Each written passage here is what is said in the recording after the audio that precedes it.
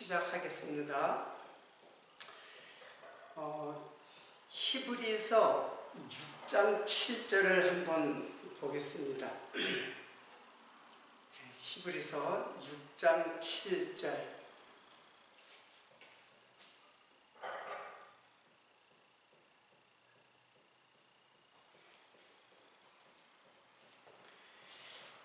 제가 봉독해 드리겠습니다. 땅이 그 위에 자주 내리는 비를 흡수하여 밭가는 자들의 쓰기에 합당한 채소를 내면 하나님께 복을 받고, 만일 가시와 엉겅퀴를 내면 버림을 당하고 저주에 가까워 그 마지막은 불사름이 되리라. 히브리서의 이 말씀은 땅이 그 위에 자주 내리는 비를 흡수하여, 땅에 자주 내리는 비죠. 비가 자주 내려서 땅에서 비를 흡수하면은 밭가는 자들이, 밭가는 자가 바로 경작하는 자죠. 경작하는 자예요. 비는 지난 시간에 말씀드렸듯이 이거는 하나님의 말씀이에요. 하나님의 말씀, 곧 예수 그리스도죠. 예수 그리스도가 이 땅에 이제 육신을 입고 이 땅에 와서 밭가는 자들이 하나님의 말씀은 어떻게 우리들에게 떨어지냐면 율법이에요. 하나님 말씀은 율법이에요.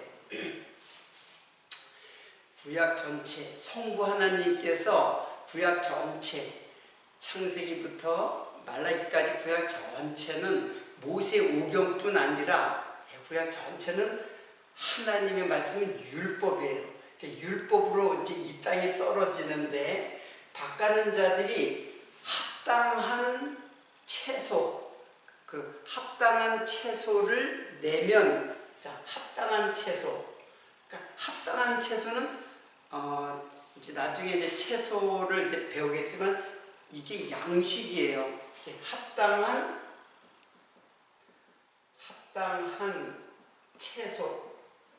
채소를 내면 복을 받고, 그리고 합당치 못한, 여기에는 뭐냐면 가시와 엉겅퀴, 만일 가시와 엉겅퀴를 내면, 가시 그리고 엉겅퀴, 가시와 엉겅퀴를 내면 버림을 당하고 저주에 가까워 그 마지막은 불사름이 되리라. 이거는 저주죠. 저주. 그리고 그 마지막은 불사름이 되리라. 이 말씀은 하나님의 말씀, 예수님도 사실은 율법으로 오시는 거예요. 육체로 오셨다는 거는 율법으로 오신 거거든. 육체로 오시고 율법으로 오신 거예요. 근데 예수를 육체로만 보면은, 육체의 양식이 돼요. 육체의 양식은 그것이 뭐냐면은 율법을 겉으로 보는 것. 율법을 겉으로 보고, 우리들에게 그 율법을 겉으로 보게 되면 도둑질하지 마, 살인하지 마, 간음하지 마, 남의 것 탐내지 마. 그 행위로 나타난단 말이에요. 율법을 겉으로 보면 행위를 우리들에게 행위가 오게 돼요. 그렇게 되면은 그것은 바로 저주다라는 뜻이에요. 그러면 율법은 행위를 주려고 하는 것이 아니라 예수 그리스도를 증거하기 위해서, 즉 율법은 예수에게로 가는 몽학선생이라고 했잖아요. 그러니까 율법은 예수를 증거하는 하나님의 말씀이에요. 근데 밭가는 자가 합당한 채소, 여기는 이 채소는 에세브라는 말은 이제 결국은 씨 맺는 채소 할 때 그 채소거든요. 씨 맺는 채소. 그러니까 채소는 요건 양식이에요. 양식. 즉 예수님의 말씀이 양식으로 합당한 양식을 맺게 하면은 그러면은 복을 받는다 그런 뜻이에요. 그런데 말씀으로 오시고 육체로 오셨다는 것은 율법으로 오셨다는 얘기예요. 그래서 율법으로 오신 예수를 겉으로 보면은 예수는 육체로 유대인의 모습으로 오셨단 말이에요. 육체를 갖고 오셨다. 그러니까 하나님으로 볼 수 없었던 거죠. 바로 예수 그리스도를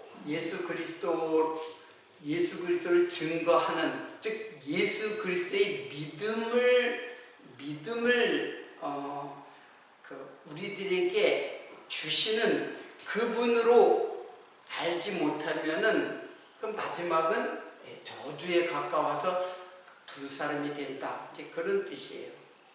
그러니까 하나님의 말씀은 믿음을 주려고 하는 것이지 예수라고 하는 그분의 믿음을 우리에게 심어주려고 하는 것이지 우리에게 행위를 강요하는 것이 아니라는 것을 알 수 있죠. 이 가시와 엉겅퀴도 바로 율법의 나쁜 열매예요. 그래서 가시와 엉겅퀴는 율법을 상징하기도 해요. 율법을 행위로, 복음으로 받지 못하고 은혜로 받지 못하고 행위로 받게 되면 가시와 엉겅퀴를 내는 그런 율법이 되는 거예요. 자, 그런 뜻이 히브리서에 기록되어 있고, 그리고 그러니까는 도대체 밭가는 자, 이게 바로 경작하는 자잖아요. 경작하는 자. 경작하는 자인데 도대체 그 비는 이제 무엇인지 알겠죠. 그리고 경작하는 자는 도대체 무슨 뜻인가 라는 거죠. 자, 경작하는 자는 여기 자,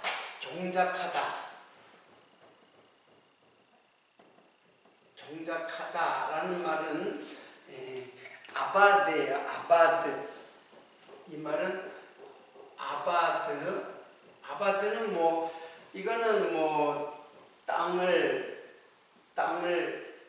갈다 또는 개간하다, 경작하다, 이제 그런 뜻이에요.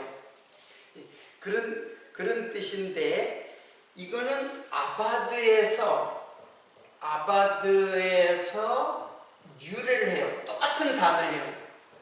스트롱 코드를 보면은 다른데 스트롱 코드는 5647번이고 이제 아바드는 이제 5648번 그리고 5649번 아바드가 3개나 돼요.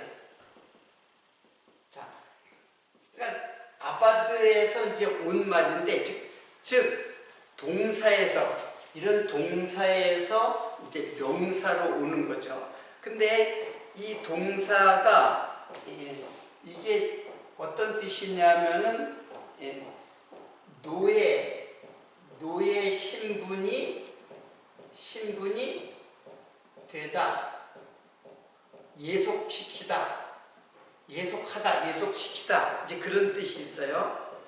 그리고 또 그러니까 이런 신분의 사람, 그러니까 경작하다라는 뜻도 되고 아바드라는 말은 경작하다라는 그 동사로도 쓰고 경작하는 사람도 아바드예요. 경작하는 사람. 그러니까 그런 사람은 뭐예요? 노예죠. 신하, 경배하는 자. 여기 예속시키다, 여기에는 섬기다도 있어요. 섬기다. 그러니까 섬기는 자. 자, 이런 아바드라는 말이 이런 뜻을 갖고 있는 말이에요. 자, 그런데 이 아바드라는 말이 어디에 많이 쓰이냐면은 성전에서 봉사하는 사람. 여기에 이제 봉사하다라는 말이 없네. 봉사하다라는 말이 이제 있어요. 그러니까 봉사하는 자, 이걸 아바드라고 그래요. 봉사하는 자. 그럼 어디서 봉사를 하는가? 어디서 봉사하냐면 성전에서 봉사하는 자를 아바드라고 해요. 그러니까는 그래서 이 봉사하는 자가 어디서 봉사하냐면 성전에서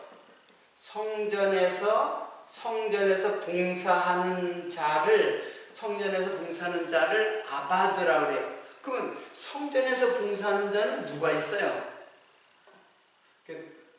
잘 알다시피 대제사장이 있죠. 대제사장. 그리고 제사장이 있죠. 제사장. 레위 지파 중에서도 뭐 아론의 반차를 쫓아서 대제사장의 그 신분이 되는 사람이 있고, 이제 제사장 신분이 있는데, 대제사장이 이제 제사장의 대표자이잖아요. 대표자. 그러니까는 대제사장, 제사장, 물론 레위인들이 포함되어져 있죠. 근데 대제사장, 성전에서 봉사한다는 말은 어떤 뜻이냐면은 대제사장으로서 제사의 일을 하는 자예요. 제사의 일을 하는 자, 제사의 일을 봉사하는 자. 이게 이제 대제사장과 제사장들의 일이에요. 그러면 제사는 또 무슨 제사일까? 성전에서 제사를 드리자. 이게 하나님을 섬기는 예법이거든요. 그러니까는 제사는 어떤 제사를 드리냐면 희생의 제사를 드리는 거예요. 희생제사를 드리는 그 성전에서 봉사하는 모든 일을 갖다가 이거를 아바드라고 이제 하고 있습니다. 그러면 여러분 잘 알다시피 제사는 세 가지가 있어야 되죠. 제사는 뭐가 있어요? 일단 그 제사를 집전하는 제사장이 있죠. 제사장. 그리고 어디에서? 성전에서. 이때는 이제 성막이죠. 이제 레위기 출애 거기에 보면은 이제 성막 봉사자예요. 성막의 봉사자들. 그러니까 제사장, 성막, 또 한 가지는 제물이 있어야죠. 희생 제물이 있어야 된단 말이에요. 근데 이 모든 것들은 누구를 상징하느냐면 바로 예수 그리스도예요. 예수 그리스도의 십자가의 죽으심을, 희생이 제물이 되어서 십자가에 돌아가시는 어린 양 예수 그리스도를 모형으로 보여주는 것이 바로 제사예요. 그러니까 희생 제사는 바로 곧 누구를 말하냐면 예수 그리스도를 말하는 거예요.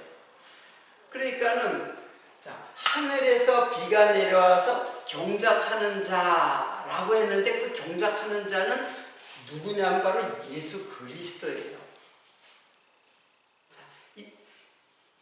일단은 경작하는 자는 예수 그리스도이시고, 그리고 예수 그리스도 안에 들어가 있는 제사장들, 대제사장과 함께 일하는 제사장, 여기서는 함께 일하지만 사실은 이게 바로 제사장이 성도예요. 성도. 그러니까 성도는 예수 그리스도 안에 들어간 성도죠. 대제사장과 함께 일하는 제사장이니까는 그 성도가 예수 그리스도 안에 있는 성막의 봉사자예요. 결국 결국에는 경작하는 자는 누구를 말하냐면 예수 그리스도를 말해요. 예수 그리스도가 경작하는 자고 우리도 경작하는 자가 된 거예요. 어디 안에서? 예수 안에서. 예수 안에서 경작하는 자가 된 거예요. 그런데 아까 히브리서의 말에 의하면 그 말씀이 합당한 열매를 내면, 즉 하나님의 말씀으로 합당한 열매를 내는 자가 있고 합당하지 못하는 열매를 맺는 자가 또 있어요.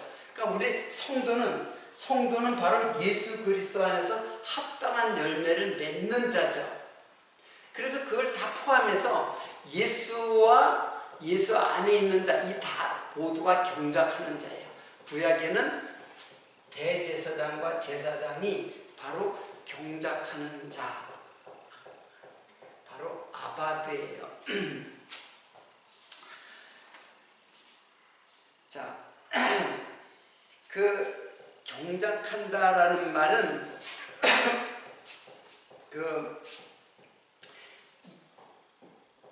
창세기 2장 15절을 한번 보세요. 2장 15절에 보면은 여호와 하나님이 그 사람을 이끌어 에덴 동산에 두사 그것을 다스리며 지키게 하시고, 여기서 다스리며 지키게 하시고 라는 말이 있어요. 이렇게 다스리다 라는 말이 아바드예요. 그러니까 여기에는 봉사하다, 섬기다, 다스리다도 아바드예요. 그래서 여러분, 섬기다와 다스리다가 이게 같은 뜻이에요. 내가 누구를, 어떤 무리를 다스린다는 말은 하나님의 하나님 나라에서는 그것이 섬기는 모습으로 다스리는 거예요. 그래서 성경에는 다스리다와 섬기다가 같은 뜻으로 쓰여요. 이 내용은 제가 누누이 설명했어요. 다스린다라는 말은 지배한다는 뜻인데, 그것은 섬김으로써, 즉 사랑과 은혜로 다스리는 것을, 그거를 섬긴다, 다스린다. 즉 이 말이 바로 아바드예요. 그러니까 다스리다도 아바드예요.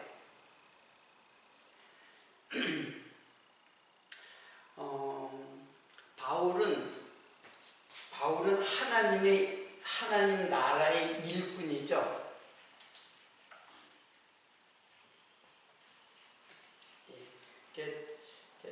하나님 나라의 일꾼으로, 이제 일꾼이라고 이제 하는 말이 무슨 뜻이냐면은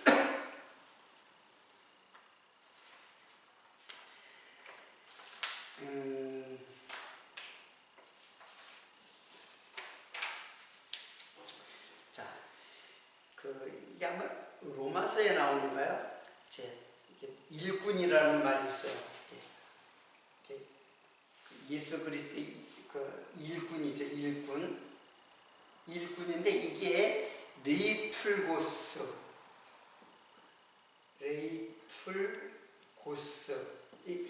이런 말인데, 이거는 라오스와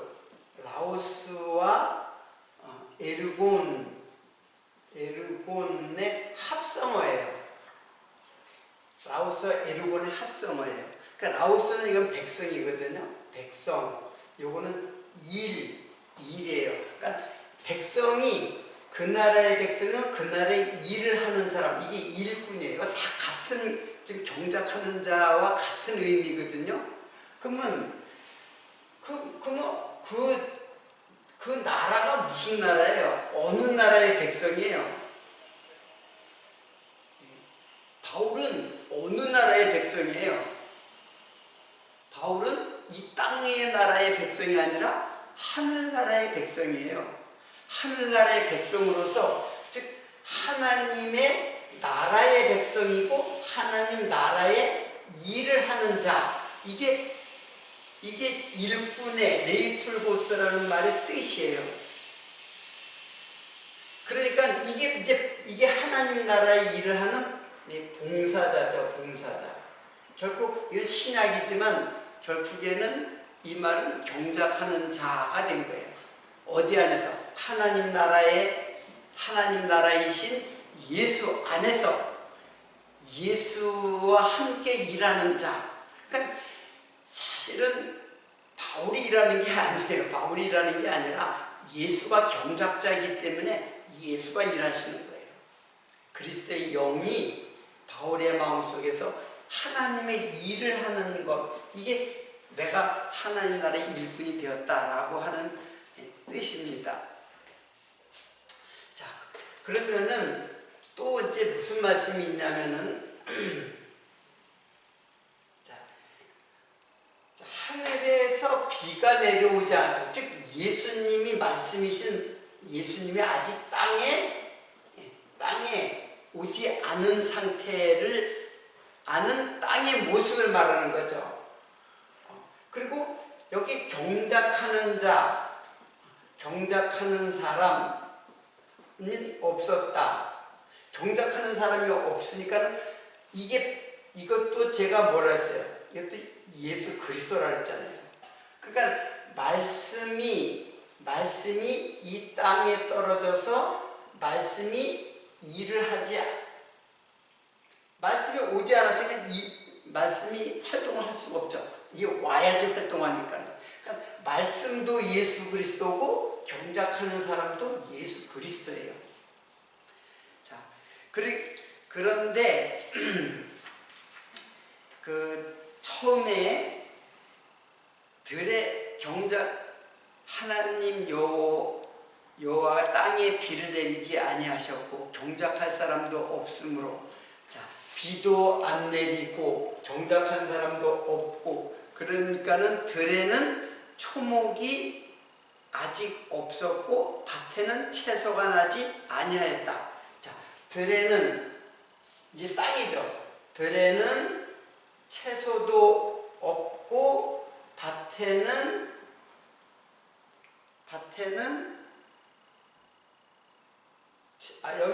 여기가 채소네요. 자, 들에는 초목이 나지 아니하였고 여기는 채소가 다 없었다. 비도 안 오고 경작하는 사람도 없고, 그러니까 채소가 나지 않았다. 이제 그런 뜻이죠. 자, 그런데 여기 이 들과 밭은 4대예요. 4대. 똑같은 말이에요. 들이나 밭이나 다 4대예요. 근데 초목과 채소는 무슨 뜻이냐면은 이거 어디 적었나?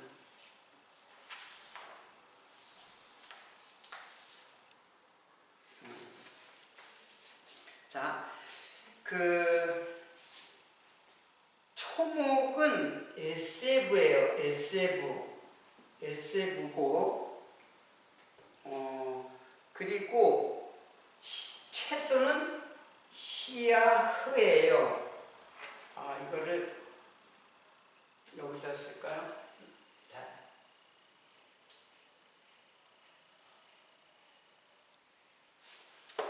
화면이 자꾸 제가 안 보여가지고, 자, 들에는 초목이 없고 밭에는 채소가 나지 않았다. 이제 그런데 이 초목이 에세브예요. 에세브.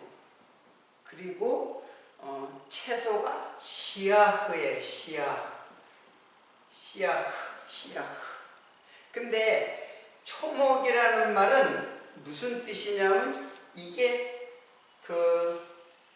창세기 1장 29절에 씨 맺는 채소 할 때 그 채소예요. 씨 맺는 채소. 씨 맺는 채소. 이제 그러니까는 요 씨가 중요한 거죠. 씨는 제라라고 해서 종자, 씨 또는 자손이라고 해요. 곧 예수 그리스도를 말하는 게 씨가 바로 예수 그리스도예요. 예수 그리스도 양식이죠. 양식. 양식이에요. 그러면 씨앗은 뭐냐 하면은 이거는 숲을, 초목, 관목 그런 말이에요. 이 관목이라는 게 이건 가시나무라는 뜻이에요. 가시나무. 이제 그런 뜻이에요. 그러니까 여기에 초목이 사실은 채소가 초목이 돼야 되는데 이 초목이라는 말이 뭐야? 초목이라는 말이 이 풀초자, 나무 목자 한 거 아니에요. 풀과 나무 그런 뜻인데, 자, 이 초목은 에세브라고 했어요. 그래서 일단은 이거는 양식이라고 이렇게 봐야 되고, 채소는 시아흐예요. 시아흐는 무슨 뜻이냐면 이건 나무예요. 채소가 아니에요. 이 번역이 참 굉장히 이제 오해를 많이 받게 되는데, 이 채소라기보다는 나무예요. 나무 종류예요. 근데 이 나무는 무슨 나무냐면은 가시나무 같은 관목이에요. 이렇게 별로 쓸모없는 나무. 근데 이 가시나무를 뭐라고 하냐 하면은 시팀이라고 해요. 시팀. 가시나무의 그 구약에는 시틴 나무가 있어요. 시팀나무. 이게 시팀인데 이 나무가 바로 무슨 나무냐면은 이게 바로 조각목이에요. 조각목. 성경에 이 조각목이 많이 나오죠. 왜 조각목이 많이 나오냐면 성전의 모든 기구들을 바로 이 조각목으로 만들어요. 그러니까 조각목으로 만드는데 이 조각목은 사실은 이게 쓸모없는 나무들이에요. 이게 무슨 나무냐면 쓸모없는 나무. 자, 특히 가시나무 이 시띠 나무는 이 사막 귀퉁이에 그냥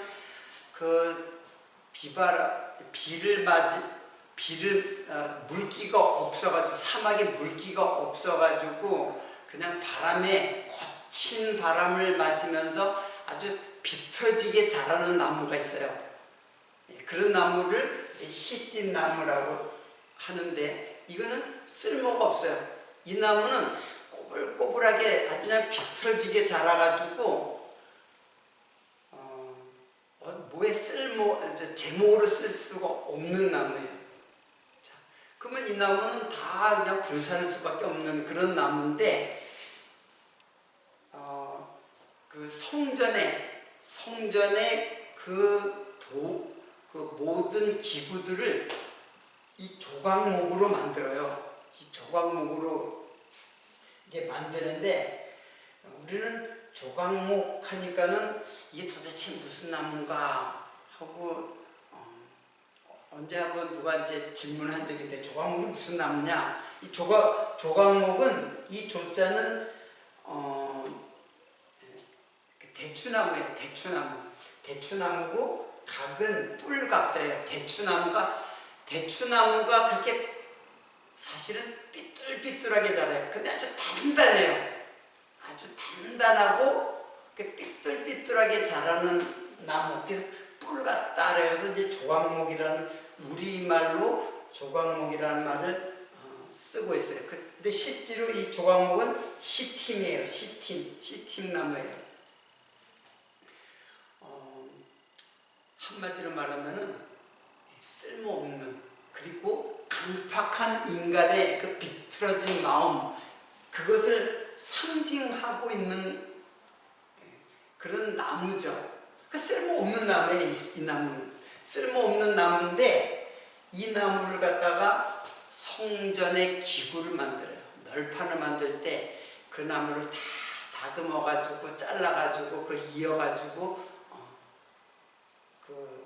이제 그 널판도 만들고, 또 중요한 거는 법궤도 이 시팀나무로 만들어요. 조각목으로 만들어요.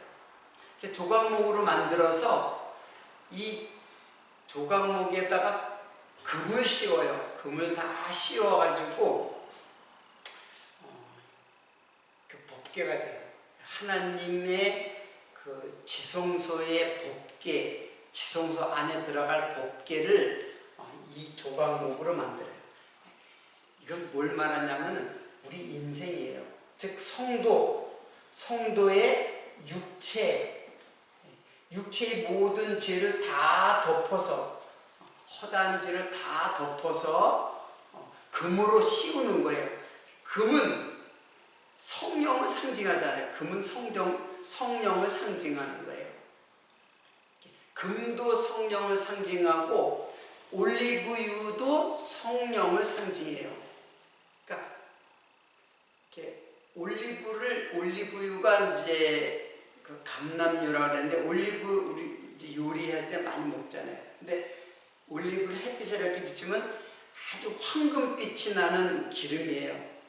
그러니까 그 기름을 부었다라고 하는 거는 성령으로 입혀졌다, 그런 거예요. 그러니까 성도도 금으로 씌워졌으니까는 육체를 성령으로 씌워서 보이지 않게, 육체의 죄가 보이지 않게 다 도말시켜 버리는, 그거를 상징하는 나무, 이렇게 보면 돼요. 그러니까는 이거는, 자, 이런 것들이 나지 않았다. 아직 뭐가 비가 내리지 않았고 경작할 사람들이 없어서 이것이 나지 않았다. 이제 그런 뜻입니다.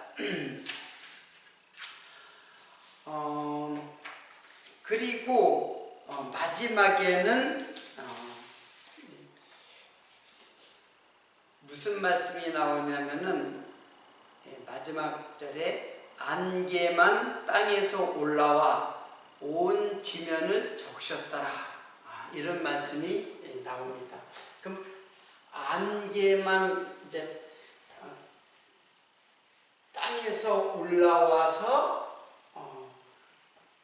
온 지면을 적셨다. 그래서 도대체 이 안개는 또 무슨 말인가? 다 그냥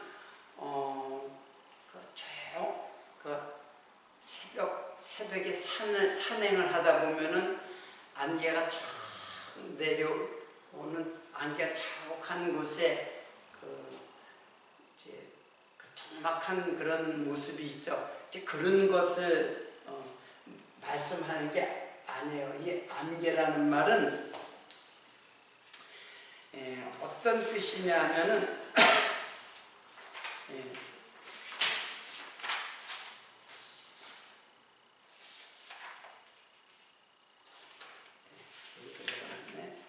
자, 안개는 에드라고 해요.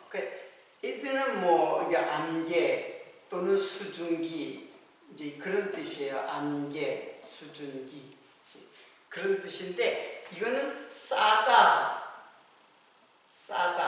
이제 금으로 싸다 하는 것처럼 싸다라는 의미를 갖고 있는 단어예요. 에드. 근데 이 에드는 우드에서 왔어요. 우드라는 단어에서 이게 온 것이에요. 그럼 우드는, 이거는 나무 조각이에요. 나무 조각.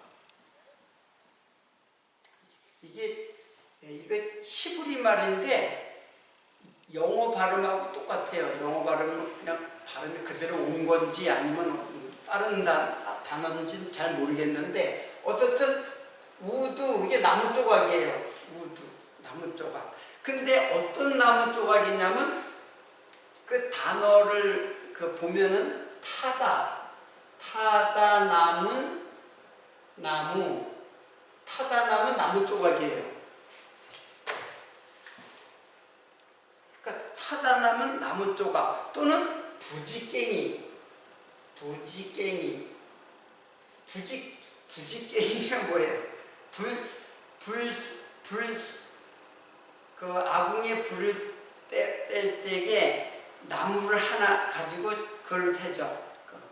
그래서 역시 이것도 타다나무 나무 조각이에요. 자, 그런 우드라는 말에서 나온 말이 에드예요. 안개라는 말이에요. 전혀 뜻이 다르죠. 안개인데 이게 타다나무 나무 조각에서 왔다, 유래했다라는 거예요. 자, 그러니까 이 말은 뭐냐면은 이걸 또 무슨 뜻을 갖고 있냐면 긁어 모으다. 자, 긁어 모으다. 이런 의미를 갖고 있는 뜻의 나무예요. 자, 그러면 이걸 전체적으로 보면은 이거는 다 쓸모 없어가지고 긁어 모아가지고 불에 태워질 나무. 우리 인생이죠. 인생. 우리 인생을 안개로 표현하는 것이에요. 자, 그러면 왜 우리 인생이 안개라고 표현했냐면 야고보서를 보면은 야고보서 4장 14절입니다. 야고보서 4장 14절에 보면 안개라는 말이 어떤 뜻이냐면, 자, 제가 봉독해 드리겠습니다. 내일 일을 너희가 알지 못하는도다. 너희 생명이 무엇이뇨? 잠깐 보이다가 없어지는 안개니라.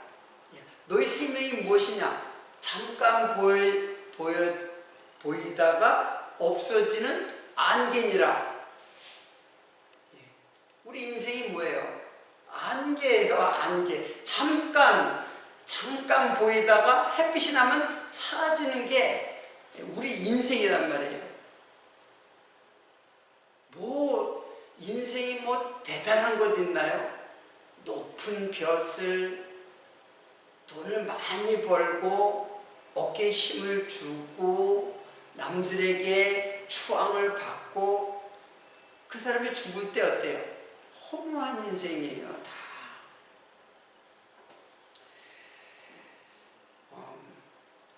지난 주인가요? 벌써 이제 일주일 이상 지났는데 이태원에서 꽃다운 젊은 영혼들이 많이 죽었습니다.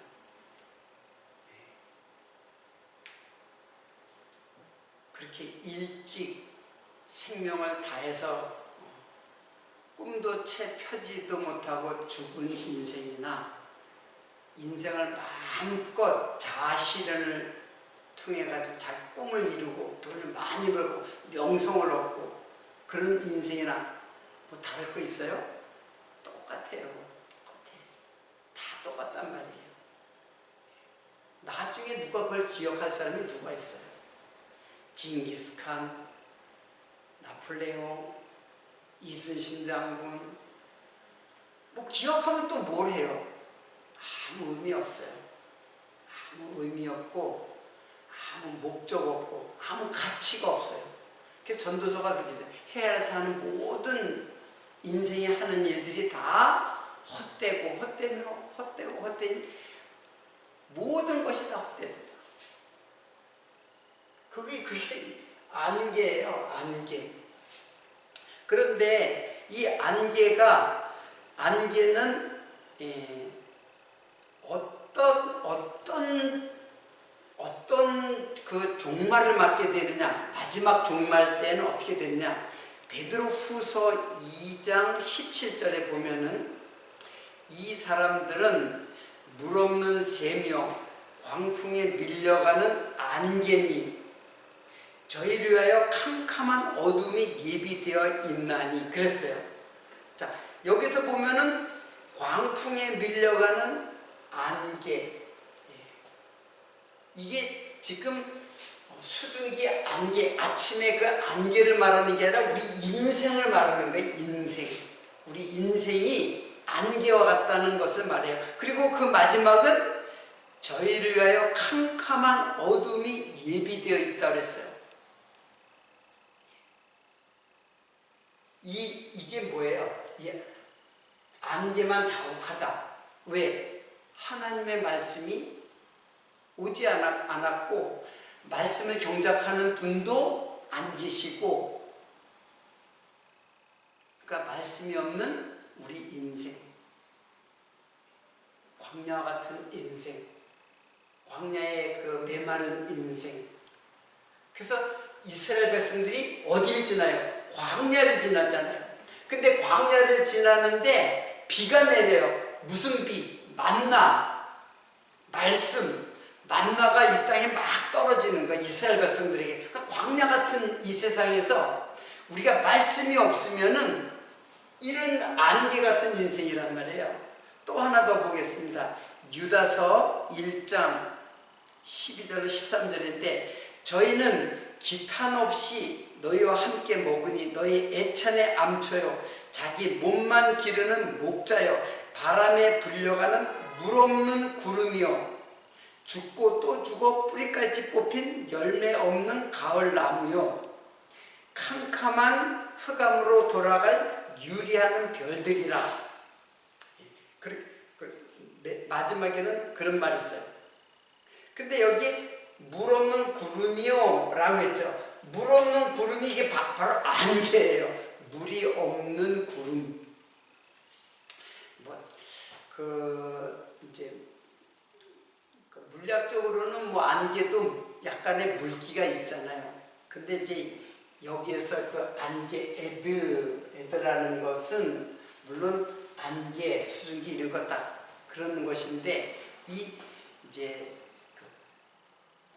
물 없는 구름, 이게 이제 구름과 비견하는 것이 바로 안개예요.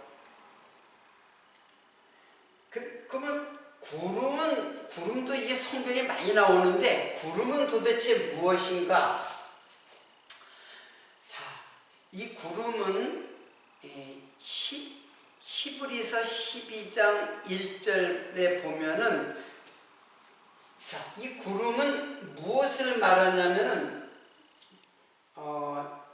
이거는 물을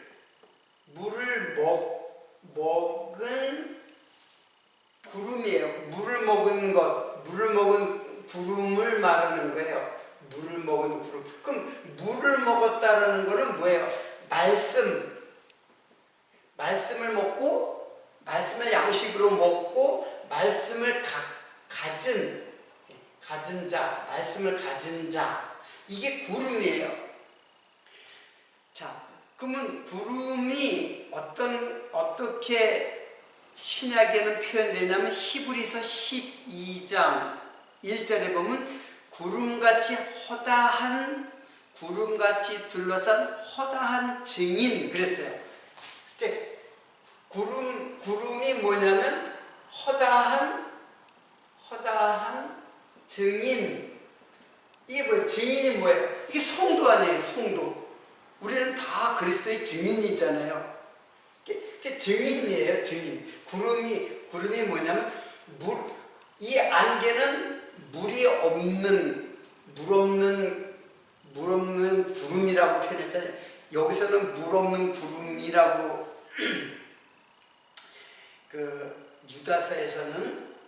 유다서에는 물 없는 구름, 이게 바람에 불려가는 물 없는 구름.